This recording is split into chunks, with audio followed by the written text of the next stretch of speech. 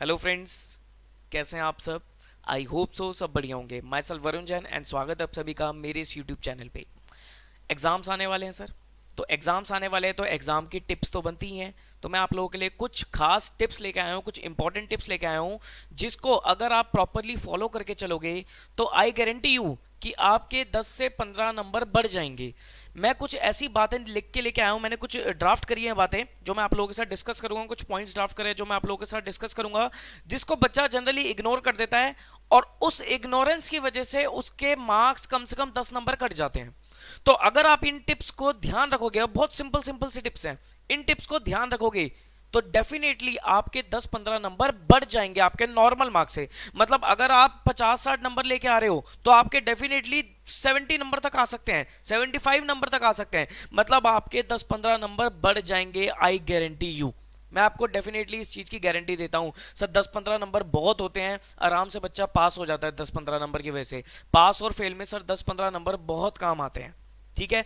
तो प्लीज ये टिप्स को, ये वीडियोस को बहुत ध्यान से सुनना और अपने जितने भी फ्रेंड्स हैं सब तक ये वीडियो को शेयर कर देना, ठीक है जी। चलो फिर देखो भाई, कुछ पॉइंट्स मैंने ड्राफ्ट करे हैं, वो पॉइंट्स आप लोगों के साथ एक एक करके डिस्कस करूंगा। छोटे छोटे जो पॉइंट्स हैं, सबसे पहला पॉइंट आता है stay positive.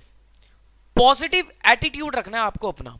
Sir positive attitude इस टाइम पे पेपर सर पे आने वाले, आप पॉजिटिव पॉजिटिव एटीट्यूड की बात करो, डेफिनेटली सर आपको पॉजिटिव एटीट्यूड रखना पड़ेगा। सर हमें तो डर लग रहा है, कोई बात नहीं सर, डर लग रहा है तो कोई दिक्कत नहीं है। डर लगना इज जेन्युइन। इस टाइम पे अगर आपको फियर है, डर लग रहा है, मन में घबराहट है पेपर को लेके, तो कोई बात नहीं है, जेन्युइन है।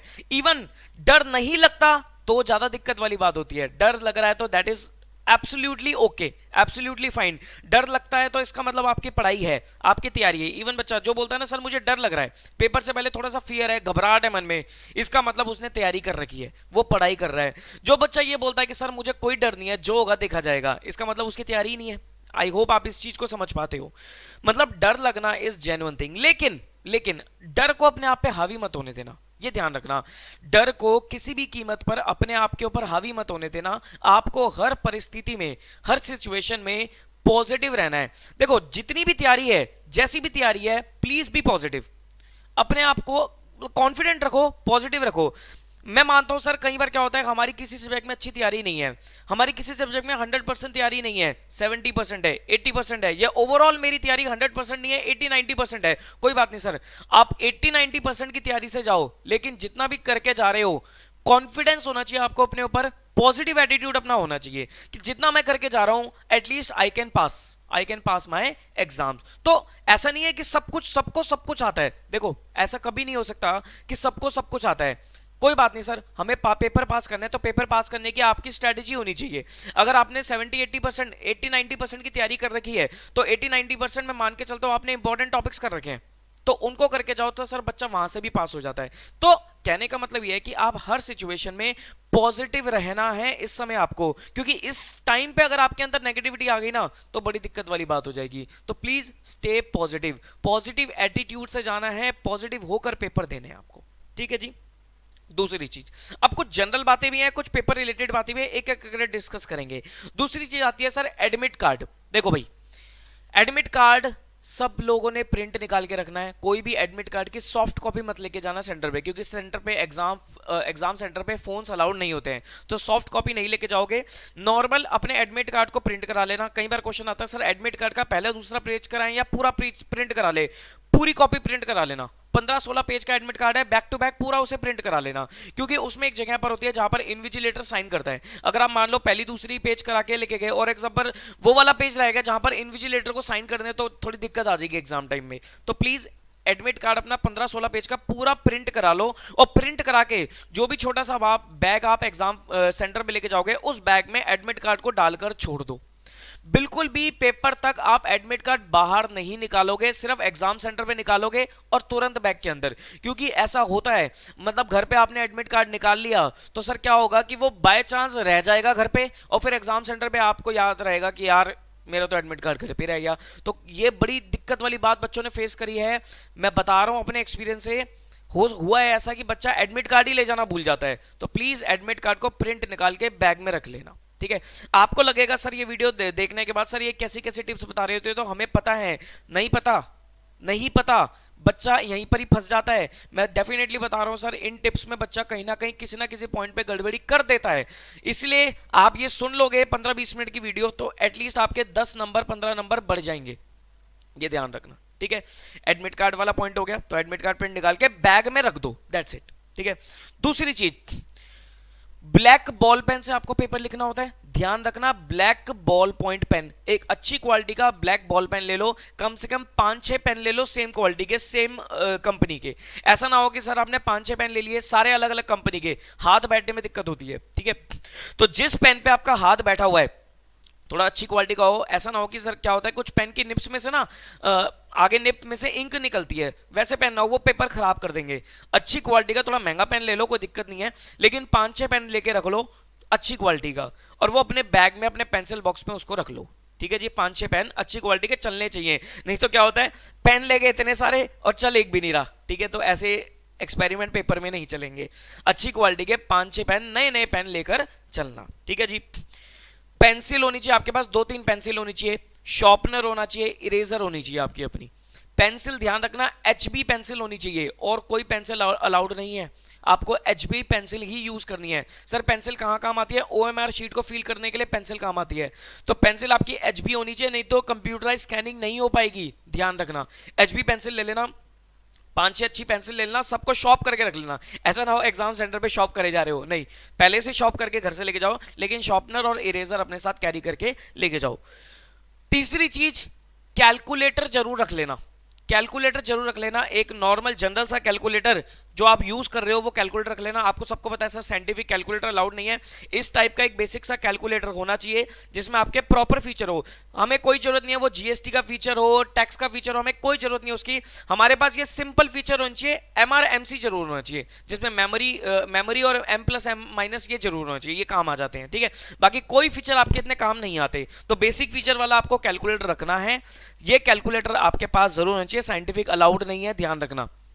फाउंडेशन वाला बच्चा गड़बड़ी कर देता है, कैलकुलेटर गलत ले जाता है, तो कैलकुलेटर साइंटिफिक अलाउड नहीं है। इंटर फाइनल को तो पता ही होता है ऑलरेडी, ठीक है जी। तो कैलकुलेटर रखना, और कैलकुलेटर अच्छी क्वालिटी का कैलकुलेटर होना चाहिए। कोशिश करो 2 कैलकुलेटर रख लो, 2 नहीं हो तो सर एक तो रखोगे कैलकुलेटर रखना रिकमेंड करूंगा सर। 2 कैलकुलेटर अपने साथ लेकर चलो, बैग में ये सब चीजें आपके बैग में होनी चाहिए, ठीक है। कैलकुलेटर कभी भी बैग से, मतलब घर पे आके बैग से नहीं निकालोगे, ये ध्यान रखना। एक कैलकुलेटर आपके बैग में हमेशा रहेगा। सर थ्योरी पेपर हो तब भी कैलकुलेटर ले जाओ सर, क्या फर्क पड़ता है? थ्योरी पेपर हो तब भी कैलकुलेटर ले जाओ, कोई फर्क नहीं पड़ता। सर लॉ के पेपर में भी कैलकुलेटर ले जाओ सर, क्या फर्क पड़ता है? कई बार क्या होता है ना, वो मीटिंग के डेज निकालने होते हैं वगैरह वगैरह, उसमें कैलकुलेटर काम आ जाता है, तो सर ले जाओ कैलकुलेटर, कोई मनाही थोड़ी ना थ्योरी में कैलकुलेटर ले जाने से, ले जाओ कैलकुलेटर। एटलीस्ट उससे पता क्या रहेगा, उससे ये रहेगा कि कैलकुलेटर हमेशा आपके पास रहेगा। कई बार क्या होता है कि थ्योरी पेपर में बच्चा कैलकुलेटर घर पे छोड़ जाता है, और फिर इस वजह से वो प्रैक्टिकल पेपर में कैलकुलेटर ले जाना भूल जाता है, ये होती है दिक्कतें। इसलिए मैं आपको बता रहा हूं कि कैलकुलेटर बैग में फिक्स्ड रख लो, उसको निकालोगे नहीं। एक कैलकुलेटर घर पे रखोगे आप अपना कैलकुलेशन के लिए, और एक कैलकुलेटर आपके बैग में फिक्स्ड रहेगा, ठीक है जी। कैलकुलेटर नहीं निकालोगे, क्योंकि कैलकुलेटर अगर रह गया समझ लेना सब प्रैक्टिकल पेपर में बड़ा ब्लंडर हो जाएगा आपके साथ, क्योंकि कोई कैलकुलेटर नहीं दिखाएगा भाई, इतना टाइम ही नहीं होता, सब अपनी कैलकुलेशन करेंगे, आपको कैलकुलेटर दिखाएंगे, ठीक है जी। तो ये चीज गलतियां मत करना, ओके। तो ये तो आपके बैग वाली चीज होगी कि आपका black ball point pen, pencil, rubber, sharpener, calculator, ये सब चीजें आपके बैग में तैयार होनी चाहिए। अगला पॉइंट आता है सर, अपने सेंटर पे आपको एटलीस्ट 1 घंटा पहले पहुंचना है, क्योंकि सर देखो कोरोना वायरस का टाइम है, वहां पर क्या होगा, सोशल डिस्टेंसिंग मेंटेन होगी, टेम्परेचर चेक करके वो एंट्री करेंगे, सैनिटाइज, मतलब थोड़ा सा वहां पर प्रिकॉशन लेकर चलेंगे। तो आपको अपने सेंटर पे, एग्जाम सेंटर पे एटलीस्ट 1 घंटा पहले पहुंच जाना है। मतलब आपका पेपर 2 बजे शुरू होता है, तो आप 1 बजे, मैक्सिमम 1 बजे उससे पहले पहुंच जाओ, 5-10 मिनट तो कोई दिक्कत नहीं है, मैक्सिमम 1 बजे अपने सेंटर पर पहुंच जाना। ध्यान रखना सर, ये टाइम थोड़ा क्रूशियल है, लेकिन आपको 1 बजे अपने सेंटर पर पहुंच जाना है। उससे लेट करोगे तो सर पेपर में दिक्कत आएगी, क्योंकि एंट्री के प्रोसेस में ही टाइम लग जाएगा। तो आपको 1 बजे लास्ट अपने सेंटर पे पहुंच जाना है, ताकि आप अपनी सीट वगैरह सारी लोकेशन वगैरह देख लो, ठीक है जी। मास्क जरूर लेके जाना सर, 2 एक मास्क अपने साथ एक्स्ट्रा रख लेना। कई बार क्या होता है मास्क की ना साइड से वो टूट जाती है, जो भी होता है वो, क्योंकि कपड़े की मास्क है सर, फट जाते हैं। एक अच्छी क्वालिटी का मास्क ले लो, और मास्क अपने साथ 2 एक मास्क जरूर लेके जाना। स्प्रे सैनिटाइजर की बोतल लेके जाना। लिक्विड सैनिटाइजर से बेटर है स्प्रे सैनिटाइजर, क्योंकि सो दैट आप जहां पर बैठोगे उसको स्प्रे से डेस्क स्प्रे भी कर सकते हो, अपने एरिया को स्प्रे कर सकते हो। ठीक है, तो स्प्रे सैनिटाइजर अपने साथ रख लेना। अपनी खुद की पानी की बोतल लेके जाना, ठीक है, वहां का पानी मत पीना, अपना खुद का पानी लेके जाना। ठीक है, तो ये सब बेसिक चीजें जो आपको जरूर इस टाइम पे खासकर रखनी पड़ेंगी। सर मौसम चेंज हो गया है, ठंड आ गई है, तो सर विंटर के क्लोथ पहन के जाना। क्या होता है सर विंटर के क्लोथ में, एटलीस्ट जैसे मैंने अभी इस समय हाफ जैकेट पहनी हुई है तो हाफ जैकेट पहन सकते हो, फुल पहनी हुई तो फुल पहन सकते हो। सर हमें गर्मी लगेगी तो उतार देना पेपर में, कोई दिक्कत थोड़ी ना है। लेकिन घर से सर मौसम चेंज है, थोड़ा ठंडा क्या मौसम में, तो आप थोड़े से विंटर क्लोथ अपने साथ जरूर लेके जाना, जैकेट वगैरह पहन के जाना। एग्जाम सेंटर पे उतार दो, कोई दिक्कत नहीं है, क्योंकि किसी भी हालत में आपको सर बीमार नहीं पड़ना, ये ध्यान रखना। पेपर के साथ थोड़ा सा स्ट्रगलिंग टाइम जरूर है, पेपर के साथ साथ आपको अपनी हेल्थ का भी पूरा पूरा ध्यान रखना है। आप है वो, आपकी फैमिली है, सराउंडिंग है, आपको पूरा पूरा ध्यान रखना है।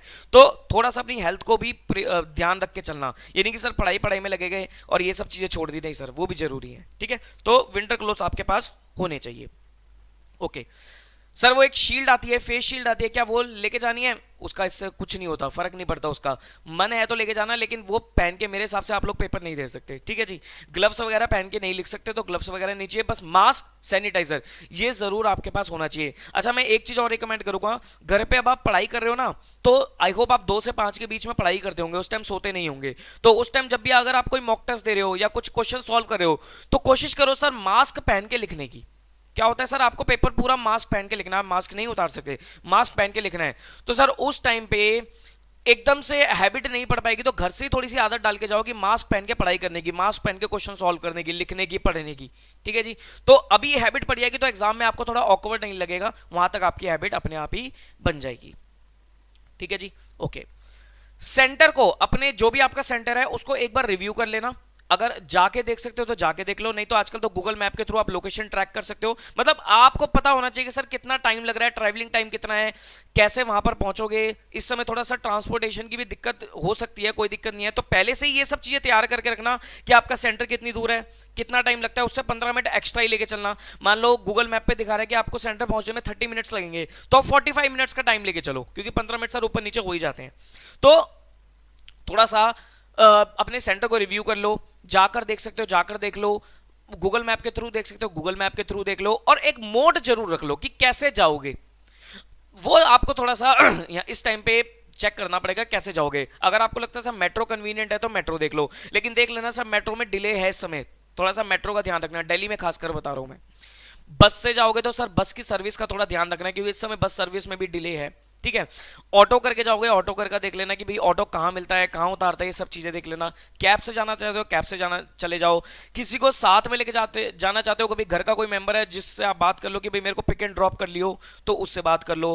खुद अपना कोई कन्वेंस लेके जाना चाहते हो, खुद कन्वेंस लेके चले जाओ। खुद का कन्वेंस लेके जाना एग्जाम टाइम में थोड़ा सा दिक्कत रहता है, क्योंकि सर वैसे ही थोड़ी टेंशन होती है, तो वो टेंशन आपकी ड्राइविंग पे नहीं आनी चाहिए, नहीं तो फिर दिक्कत है। ठीक है, तो मैं ये रिकमेंड नहीं करता अपना कन्वेंस लेके जाओ। मैं भी सर अपने किसी भी एग्जाम में अपना कन्वेंस खुद नहीं लेके गया था, मैं ऑटो से, मेट्रो से, बस से ऐसे जाता था, खुद का कन्वेंस नहीं लेके जाता था, क्योंकि सर थोड़ा टेंशन रहती है उस टाइम पे, टेंशन में ड्राइविंग करोगे तो कोई दिक्कत आएगी आएगी। बाकी फिर भी अगर आप लेके जाना चाहते हो, अपने कोई बाइक है, स्कूटी है, कार है, लेके जाना चाहते हो तो ले जाओ, लेकिन सर पहले चेक कर लेना कि ऐसा ना हो कि आपका कन्वेंस ही रास्ते में जवाब दे दे, वो टाइम खराब हो जाएगा। मान लो आप स्कूटी लेके जा रहे हो, टायर पंचर हो गया, फंस गए ना सर, 15-20 मिनट खराब हो गए। तो प्लीज इसलिए मैं बोलता हूं कि खुद का कन्वेंस ना लेके जाओ, पब्लिक ट्रांसपोर्ट यूज कर लेना। लेकिन पब्लिक ट्रांसपोर्ट इस समय थोड़ा स्ट्रगलिंग है, तो पहले से ही प्री प्लान करके चलना कि कैसे जाओगे। ठीक है, ये चीजें ध्यान रखना, तभी आप 1 बजे पहुंच पाओगे। ओके, वाटर बॉटल वाला पॉइंट मैंने बता दिया। ठीक है, जब आपका पेपर खत्म हो जाएगा, 2 से 5 का पेपर है, ठीक है, पेपर खत्म हो जाएगा 5 बजे। ठीक है, 5 बजे आप आंसर शीट सबमिट करके वहां से निकलोगे, चुपचाप घर आना है। ध्यान रखना, ये बहुत इंपॉर्टेंट चीज है, चुपचाप घर आना है। किसी भी दोस्त से, किसी भी मित्र से, भाई बंधु से कोई बातचीत नहीं करनी है, कोई पेपर डिस्कस नहीं करना है। दुनिया करती है तो सब भाड़ में जाने दो, करते रहने दो, आपको चुपचाप अपना घर आ जाना है, नहीं तो अगला पेपर खराब कर लोगे, बता रहा हूं मैं आपको, अगला पेपर खराब कर लोगे।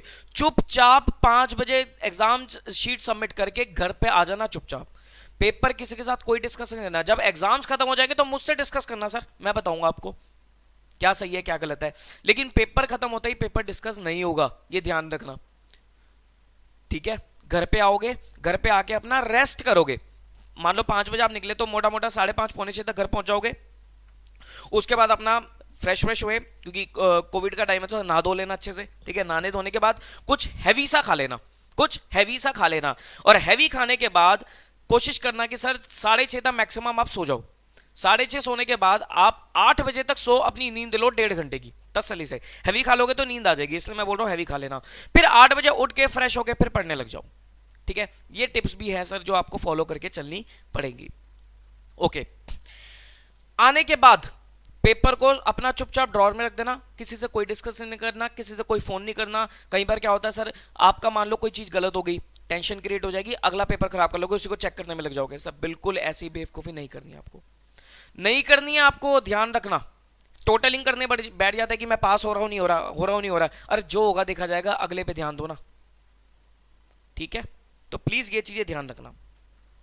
ओके सर, जिस दिन पेपर होगा, ये तो मैंने आने वाली बात बता दी कि किस टाइम पे आओगे। अब आता है जिस दिन पेपर होगा सुबह सुबह, उस दिन सुबह सुबह सर 6 बजे उठ जाना।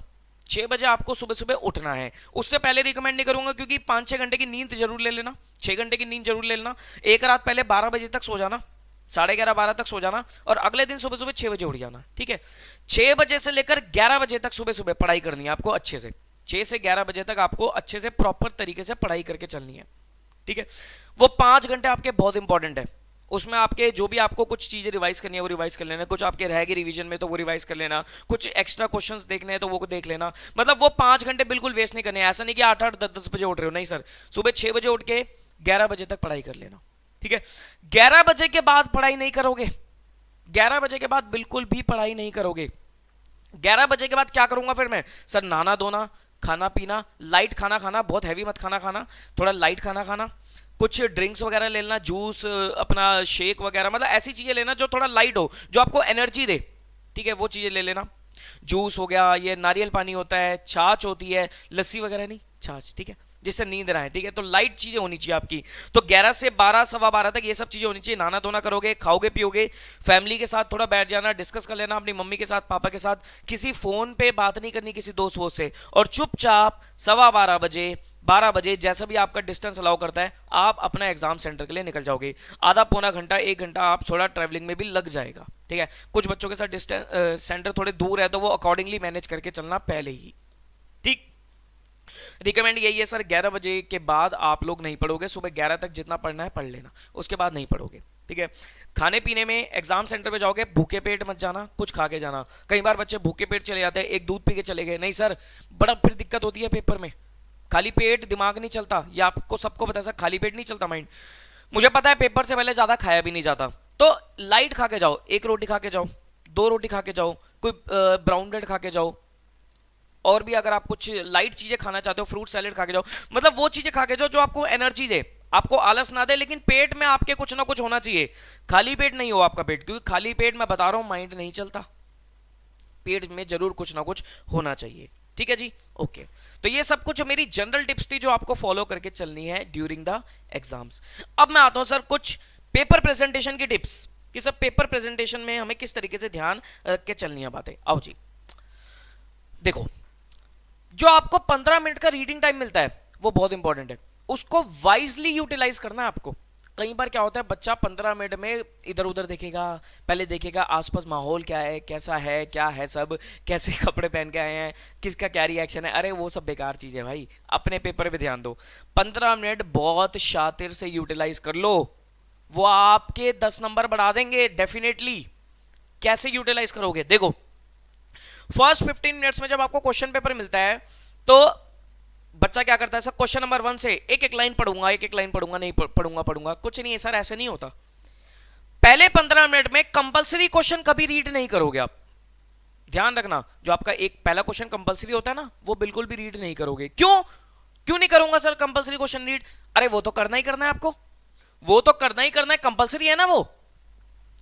कंपलसरी को छोड़ के आप अदर क्वेश्चंस रीड करोगे और पहले 15 मिनट में आप वो क्वेश्चन सेलेक्ट कर लोगे जो आपको नहीं करना। भाई आपने बाकी क्वेश्चंस पढ़े और आपने वो सेलेक्ट कर लिया कि भाई ये क्वेश्चन मुझे नहीं करना, तो उस पर सिंपली काटा लगा देना।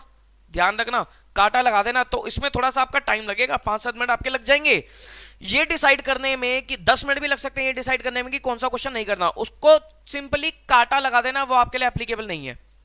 कई बार क्या होता है सर, बच्चा एक बड़ी ब्लंडर मिस्टेक करता है कि वो क्वेश्चन नंबर कंपलसरी क्वेश्चन पढ़ता है, इतने में 15 मिनट निकल जाते हैं। फिर पेपर के टाइम पे वो झगड़ा कर रहा होता है, ये करूं वो करूं ये करूं वो करूं, टाइम वेस्टेज, पेपर पूरा नहीं होगा फिर। क्योंकि सर पेपर भी पूरा करना है, और पेपर पूरा करना इतनी आसान चीज नहीं होती कि फटाफट पेपर हो जाएगा सर, स्ट्रगल वहां पर भी है। तो ध्यान रखना कि पहले 15 मिनट में आप क्या करोगे, कंपलसरी क्वेश्चन नहीं पढ़ोगे। अदर क्वेश्चंस में पहले वो क्वेश्चन सेलेक्ट कर लेना जो आपको नहीं करना, उस पर काटा लगा देना, उस पर सिंपली काटा लगा देना। फिर आप बाकी क्वेश्चंस को उठा लेना, और एक बार जो आपने छोड़ दिया क्वेश्चन, कांटा लगा दिया, उस पर दोबारा नहीं आओगे। ऐसा ना हो कि सर पेपर करते करते आपको याद है कि अरे यार इसको छोड़ देता हूं, ये कर लेता हूं। नहीं सर, पहले ही डिसाइड कर लेना, 10 मिनट लगा लो, डिसाइड कर लो पहले ही। ठीक है, वो काटा लगा दिया, वो क्वेश्चन आपने साइड कर दिया। अब आपके पास क्या बच गया, कंपलसरी क्वेश्चन और बाकी के क्वेश्चन। अब आप देखो कि आपको बेस्ट क्वेश्चन कौन सा लगता है। जो भी आपको पहले 2 क्वेश्चन बेस्ट लगते हैं, उन 2 बेस्ट क्वेश्चन से शुरुआत करो। मान लो आपको क्वेश्चन नंबर 3 आता है पूरा प्रॉपर तरीके से, 3 से शुरुआत करो। और बेस्ट क्वेश्चन वही करना जो आपको पूरा आता हो, जो आपको पूरा आता हो। कई बार क्या होता है कि सर एक क्वेश्चन में एक पार्ट आता है, अगले में दूसरा आता है, ऐसा नहीं होता। आपको वही क्वेश्चन से स्टार्ट करना है जो आपको पूरा आता हो। अगर आपको कंपलसरी क्वेश्चन पूरा आता है तो उससे स्टार्ट कर लो, नहीं तो आपको अगर अदर कोई लास्ट क्वेश्चन पूरा आता है तो लास्ट से शुरुआत कर लो। लेकिन स्टार्टिंग उससे करना जो आपको प्रॉपर तरीके से कंप्लीट आता हो, उसके बाद आप अपना अदर ऑर्डर मेंटेन करके चल सकते हो। कंपलसरी क्वेश्चन को बीच में कर लेना, किसी भी क्वेश्चन के बीच में कंपलसरी क्वेश्चन उठा लेना। मान लो क्वेश्चन नंबर 3 करा, 6 करा, फिर कंपलसरी उठा लो। कंपलसरी को लास्ट में मत लेके आना, नहीं तो वो छूट जाएगा, नहीं तो वो छूट जाएगा। ठीक है जी, तो ऐसा मत करना, बीच में आपने कंपलसरी क्वेश्चन करके चलना है। Okay sir. सर कई बार क्या होता है कि हमें क्वेश्चन नंबर 3 का ए पार्ट आता है, ध्यान से सुनना, इंपॉर्टेंट चीज बता रहा हूं, मैं लिख भी देता हूं यहां पर, देखो।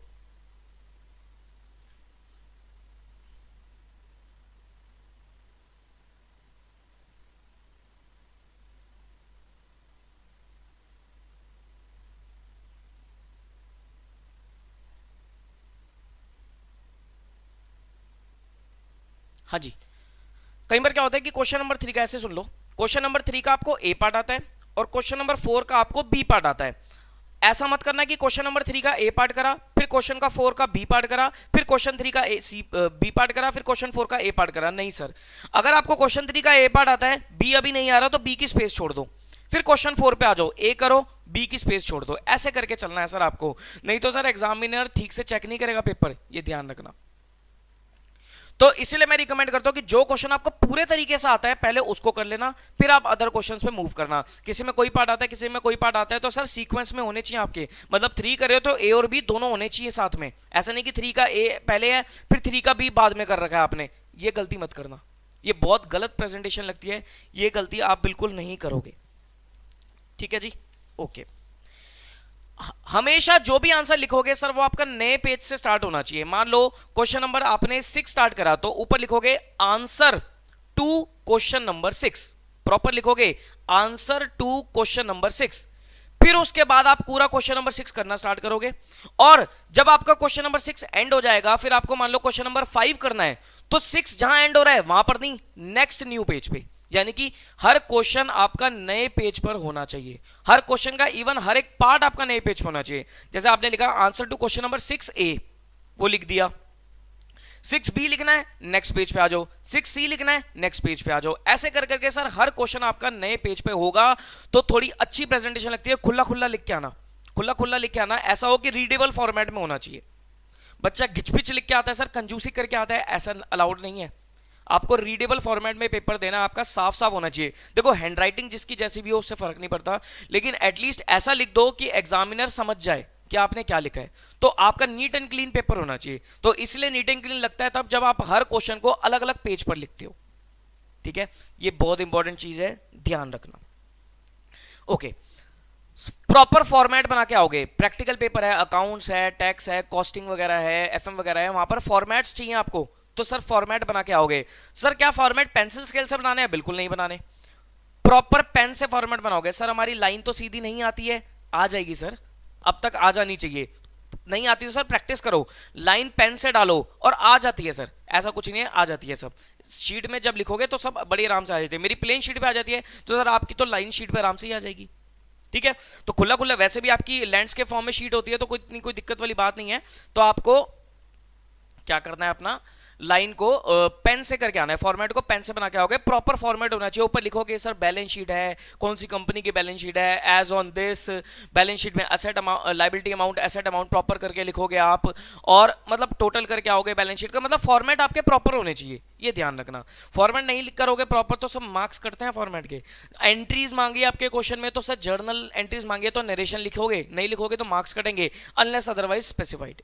ठीक, ओके सर। अगर आपके कोई जैसे लॉ का पेपर है, टैक्स का पेपर है, अकाउंट्स में भी सर अकाउंटिंग स्टैंडर्ड्स है, ऑडिट में स्टैंडर्ड्स ऑन ऑडिटिंग है, तो सर क्या वो हमें सेक्शन नंबर, एएस नंबर, ऐसे नंबर लिखना चाहिए? बिल्कुल लिखना चाहिए। लिखने से सर आपको एडिशनल नंबर मिलते हैं। लेकिन एक चीज ध्यान रखना, लिखना तभी जब आपको पूरा कॉन्फिडेंस हो। कई बार क्या होता है कि सेक्शन आपको डाउट है, सेक्शन 148 है या 147, आपको डाउट है। भाई कंपनी एक्ट की अगर मैं बात करूं, मान लो 148 147, क्या लिखूं सर? 148 147, चलो भाई तुक्का लगाते हैं, 147 148 147 148, चलो 148 लिख दो, ये नहीं चलेगा सर। अगर आपने सेक्शन लिख दिया गलत, प्रोविजन ठीक भी है, तो सर एग्जामिनर कांटा लगा देगा, उसे जीरो कर देगा, फिर लड़ते रहना कि हमारा कट क्यों गया, कट जाएगा। ठीक है, तो सेक्शन नंबर तभी लिखना जब आपको अच्छे से पता हो। जब आपको नहीं पता तो सर सेक्शन नंबर लिखने की जरूरत नहीं है। सर फिर क्या लिख सकते हैं हम? आप लिख सकते हो as per the provision of companies act 2013, as per the provision of income tax act 1961, as per the provision of let us से सीजीएसटी एक्ट 2017, आईजीएसटी, मतलब जो भी लॉ है लॉ का नाम लिख दो।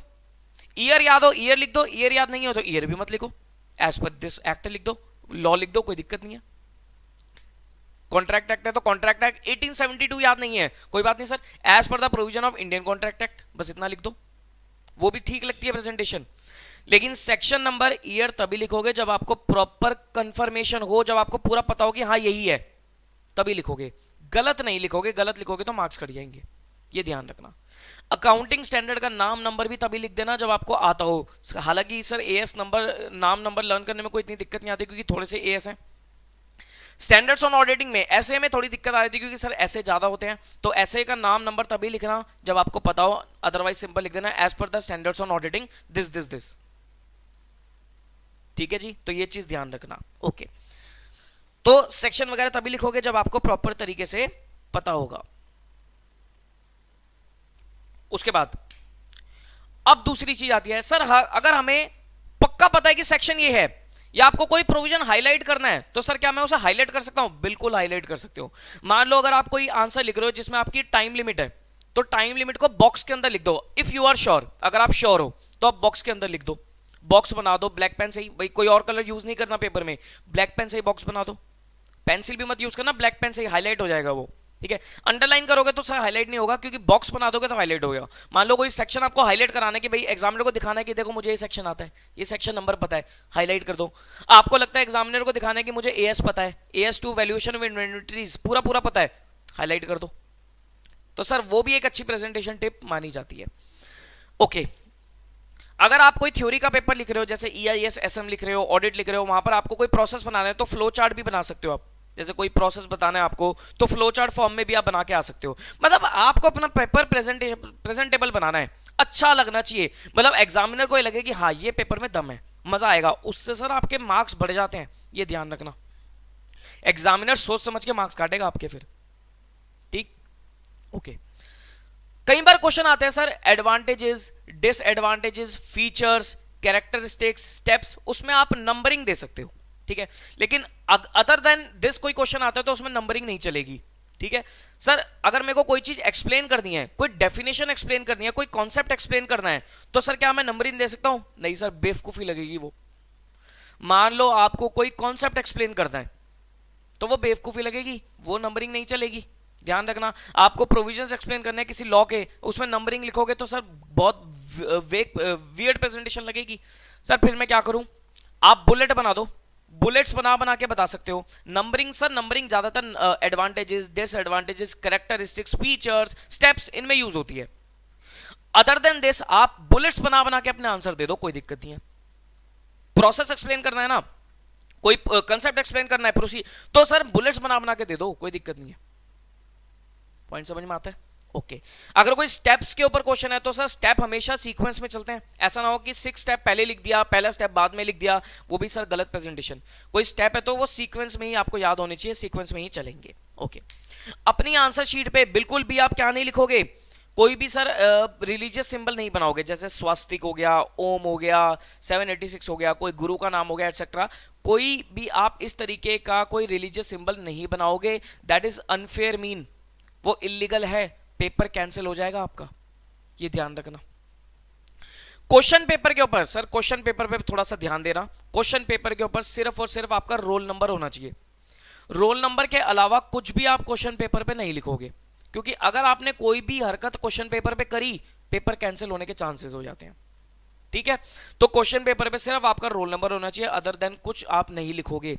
सर हमें मान लो कोई क्वेश्चन ये देखना है कि भाई ये क्वेश्चन मेरे को पहले करना है, वो करना है, और कोई क्वेश्चन काटना है, तो उसको पेंसिल से मार्क कर दो और बाद में इरेज कर देना, बाद में इरेज कर देना, और थोड़ा लाइट लाइट मार्क कर देना। वही थोड़ा एरो वेरो बना के चलना है, ये मेरे को काटा लगाना है, ये मेरे को पहले करना है, मतलब थोड़ा लाइट लाइट मार्क करके चलना।